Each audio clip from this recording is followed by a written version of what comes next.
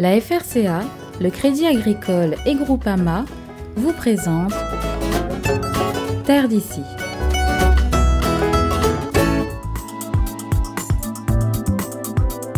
Les trois éléments là sont ouverts et ceux-là sont fermés.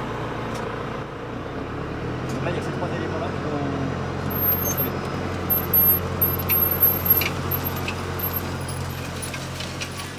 On est sur une repousse et l'objectif c'est de semer des plantes de service sur l'interrang mécaniquement avec un petit peu de paille. En fait c'est un semis direct qu'on réalise sur l'interrang.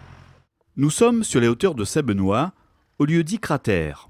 Ce matin-là, les chercheurs d'Ercan testent en plein champ deux techniques pour semer mécaniquement des plantes de service. Là c'est des essais de semer direct en fait en repousse, sans bouleverser le sol le moins possible, de manière à éviter l'érosion, parce que là on est à Saint-Benoît quand même, et dans de la pente, donc on veut bouleverser le moins possible et d'arriver à semer dans les interrants après repousse, une fois que le prélevé en fait va décrocher, au lieu de passer avec un poste levé après, on met des plantes pour faire le travail pour empêcher les mauvaises herbes de pousser. Donc, comme j'aime bien le dire, on plante des bonnes herbes et non pas les mauvaises.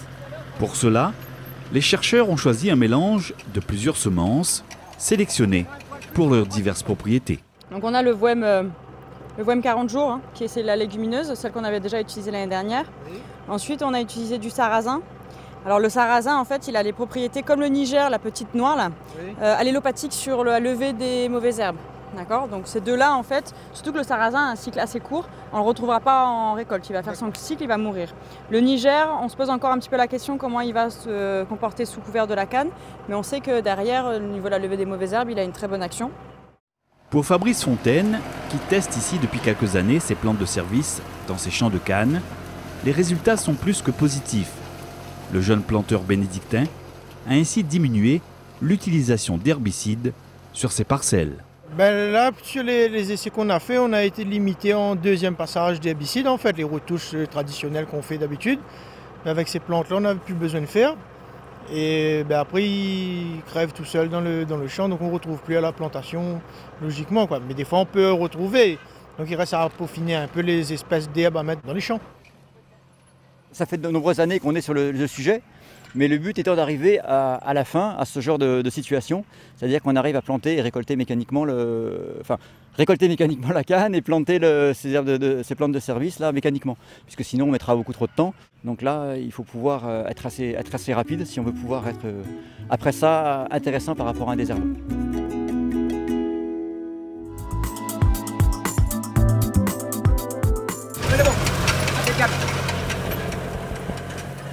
On est en expérimentation chez ces planteurs-là depuis des années maintenant. Et depuis l'année dernière, on expérimente sur des grandes parcelles. Avant, on faisait sur des petites parcelles de 10 mètres. Et avec la confiance du planteur et puis les références qu'on a acquises avec le temps, donc on est parti sur des grandes parcelles pour pouvoir justement mécaniser toutes les interventions. Mécaniser le semis des plantes de service dans les interrants de canne à sucre afin de limiter le développement des mauvaises herbes, c'est là l'un des objectifs d'Ercan. Ce jour-là, les ingénieurs de cet organisme de recherche testent sur cette exploitation de Saint-Benoît un tout nouveau semoir, une machine conçue et développée par leurs soins. Ça, c'était un semoir que j'ai réalisé de manière à pouvoir couper la paille devant, donc avec un très gros poids et même pas assez de poids encore par rapport à ce que j'avais prévu, parce que j'ai dû relester plus tard. Et derrière, un distributeur, on appelle ça polyvalent. Donc à réglage continu, on peut régler de manière continue le réglage pour la grosseur des graines.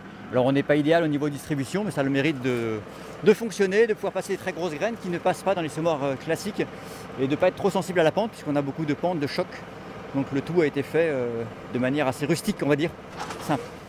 Simple mais efficace, Vladimir Barbet-Massin a réalisé ce semoir pays tout spécialement pour les graines de pois sabre. La taille des semences un peu.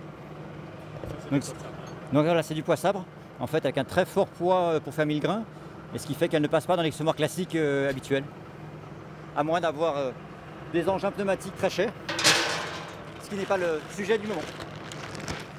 C'est la toute première fois que cette machine évolue ainsi sur le terrain, et ses essais en vraie grandeur sont d'ores et déjà très prometteurs. parce qu'en fait on arrive bien à trancher la paille qui était le premier problème que l'on avait. On arrive à mettre les graines sous la terre, on a la profondeur qui est maîtrisée par la roue, donc pour l'instant prometteur. Bon, il reste encore quelques doubles, quelques petits réglages à maîtriser, mais ça c'est dû au type de semoir mécanique en fait qui nous pose problème. Il faut savoir non plus ne pas être trop exigeant. Ce n'est qu'une plante de couverture, ce n'est pas non plus des graines nourricières. Après la germination des graines, un suivi régulier de la parcelle sera réalisé par les techniciens d'Erkane. Tous les mois, on regarde comment se comportent les mauvaises herbes. Est-ce qu'il faut faire des opérations de désherbage?